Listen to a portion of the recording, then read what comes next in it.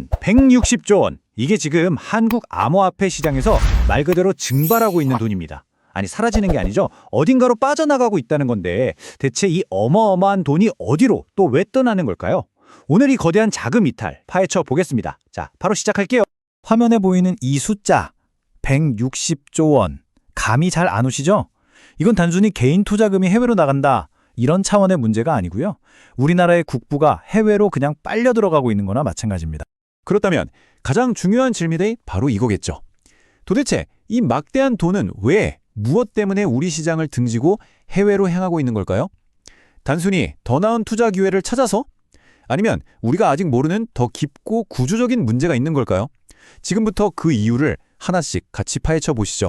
사실 가장 핵심적인 이유는 아주 간단합니다. 바로 기회의 비대칭성. 이게 무슨 말이냐면요. 한국 투자자들이 느끼기에 지금 국내 시장은 불공정한 운동장이라는 거예요. 애초에 이길 수 있는 기회 자체가 국내엔 없다고 느끼니까 밖으로 나갈 수밖에 없다는 거죠. 이 문제를 제대로 이해하려면 먼저 우리나라 시장이 얼마나 뜨거운지 알아야 합니다. 한국은요, 전체 인구의 20%, 그러니까 1,000만 명이 넘는 사람들이 암호화폐에 투자하고 있는 전 세계가 주목하는 시장이에요. 국내 주식 투자자 수랑 거의 맞먹는 엄청난 규모죠. 이렇게 열기가 뜨거운데 투자자들은 왜 자꾸 등을 돌리는 걸까요? 자, 이 표를 한번 보세요. 이게 문제의 핵심을 아주 그냥 적나라하게 보여주거든요. 왼쪽이 우리한테 익숙한 국내 거래소, 오른쪽이 해외 거래소예요. 국내는 법 때문에 현물 거래만 딱 가능하잖아요? 근데 오른쪽 해외는 어때요? 파생상품, 레버리지, 심지어 상장도 안 된 코인을 미리 사고 파는 프리마켓까지. 이건 뭐 선택지가 차원이 다르죠. 똑같은 돈을 가지고 시작해도 해외에선 훨씬 더 많은 무기를 가지고 싸울 수 있다는 얘기입니다.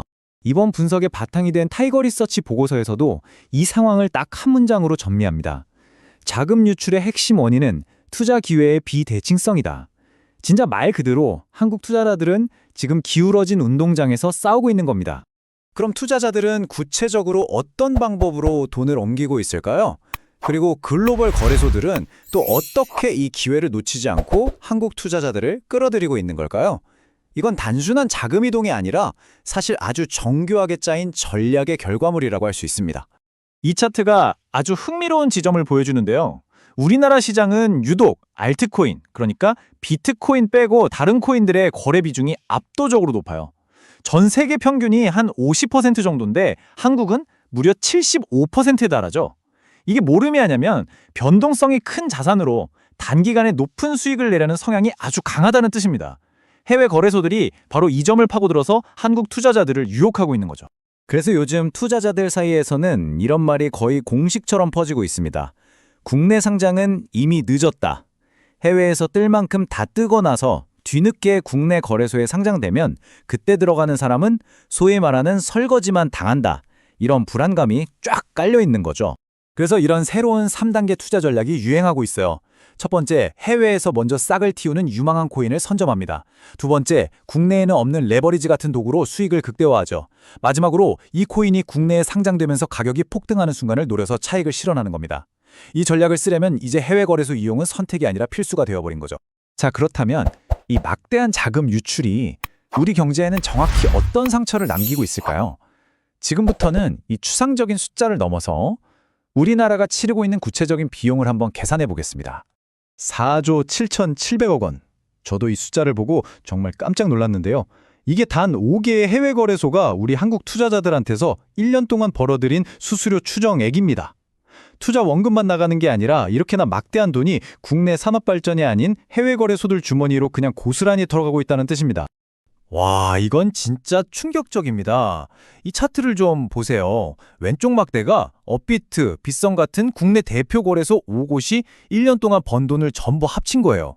한 1조 8천억 원 정도 되죠. 그런데 오른쪽 막대를 보세요. 이게 바로 우리 한국 투자자들이 해외 거래소, 그것도 딱 5곳에 갖다 바친 수수료입니다. 무려 4조 7천억 원이 넘어요.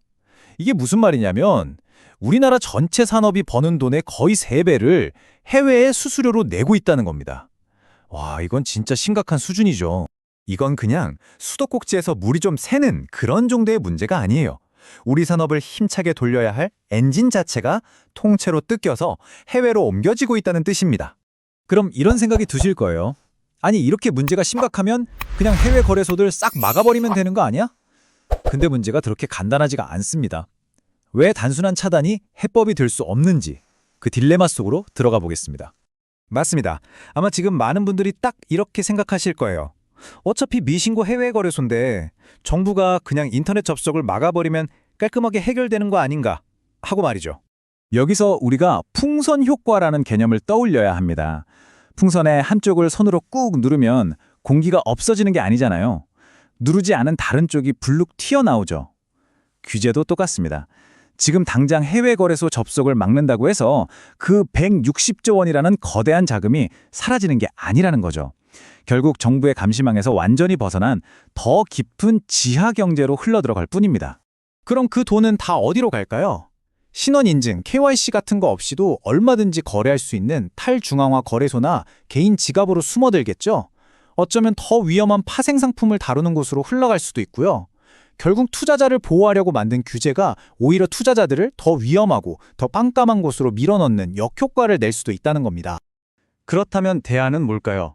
이 보고서는 무작정 막는 것만이 등산은 아니라고 얘기합니다. 혁신과 규제 사이에서 새로운 균형점을 찾아야 한다는 거죠.